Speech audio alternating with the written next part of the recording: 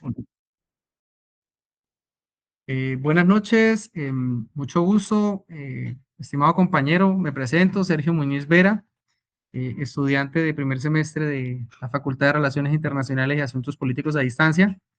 Eh, Quisiera compartir con usted y primero que todo, eh, que compartiéramos este concepto en cuanto al resumen de los estados, tanto un estado unitario como un estado federal, y que pudiéramos compartir para de pronto definir nuestros puntos de vista. Pues quisiera primero que todo saber cómo interpretas la presente lectura.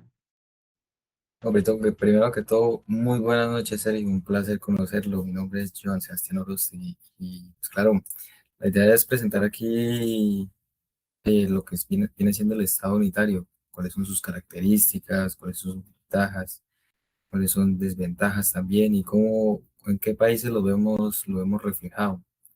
Entonces, para empezar, sale la pregunta, ¿qué es el Estado unitario? Bueno, déjeme comentarle que un Estado unitario es una forma de organización del Estado que existe con el único centro de poder político, o sea, que ejerce la autoridad en todo el pueblo, en todo el territorio, y se caracteriza por varias cositas. Una de ellas viene siendo la unidad del poder. El poder político está concentrado en solo el gobierno central, eso como punto número uno. Como punto número dos, el solo ordenamiento jurídico, que es que todos los ciudadanos están sometidos a las mismas leyes, todos estamos bajo el mismo reglamento. Como podemos poner un ejemplo de decir la Constitución del 91, esto es norma de normas, nos regimos bajo este orden.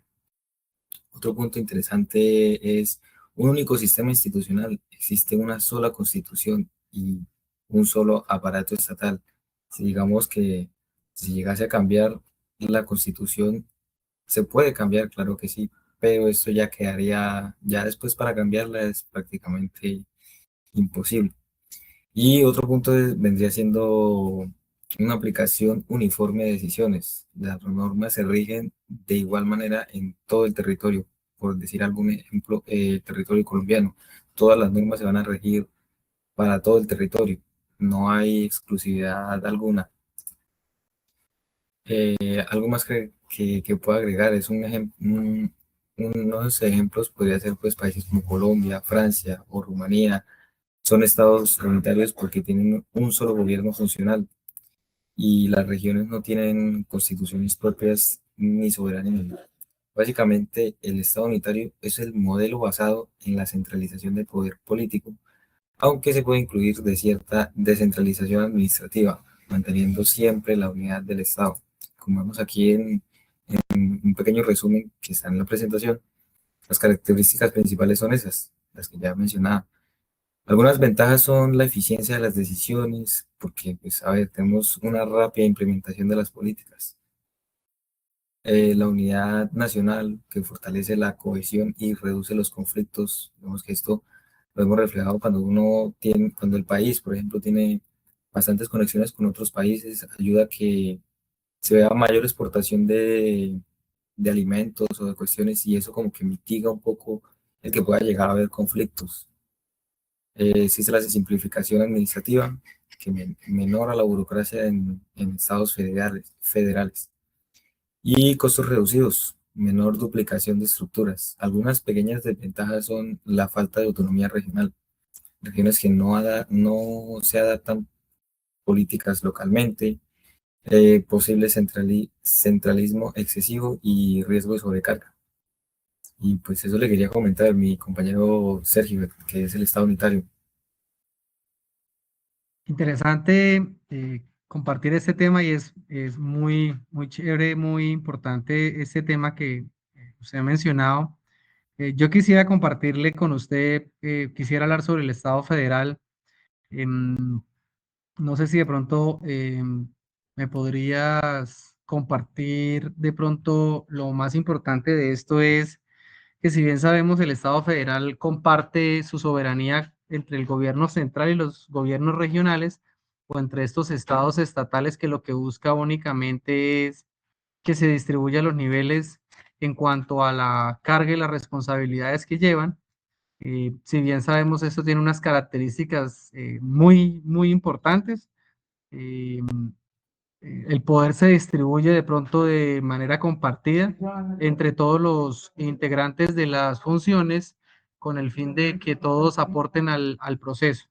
La autonomía y la legalidad regional, pues si bien sabemos las leyes propias en cada entidad, lo que se busca con esto es que tiene unas leyes propias, lo que cada estado, cada gobierno estatal lo que hace es buscar y mejorar los procesos para que estas leyes de una u otra manera se mantengan de manera autónomas.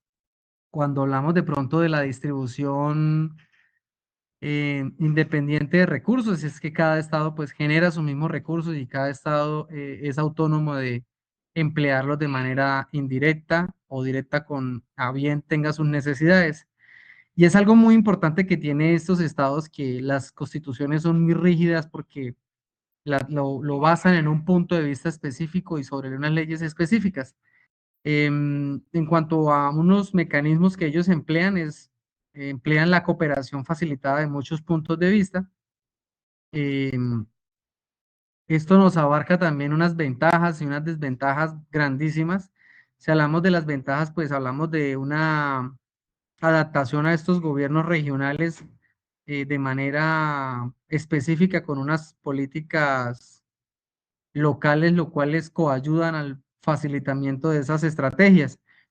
Em, Se reduce también el tema de la protección de las minorías, que es algo, una ventaja muy importante, lo que preserva algo que siempre se mantiene en los estados, que es conservar su cultura de manera permanente.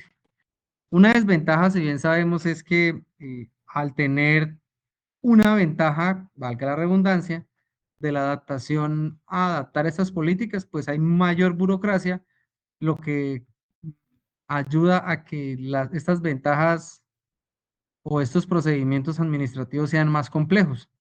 Cuando hablamos de conflictos, esas disputas están entre los niveles del gobierno, pues los deja para los gobiernos regionales y el gobierno central.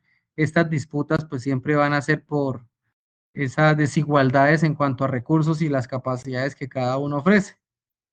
Y en cuanto a riesgos de fragmentación que si bien sabemos se puedan presentar, la autonomía es excesiva porque amenaza la unidad de este gobierno, de estos gobiernos, lo que coayuda de pronto de manera indirecta a que se presente un debilitamiento. Para eso tenemos unos países que son federados como Estados Unidos, India, Canadá, México, entre otros que si bien sabemos son importantes.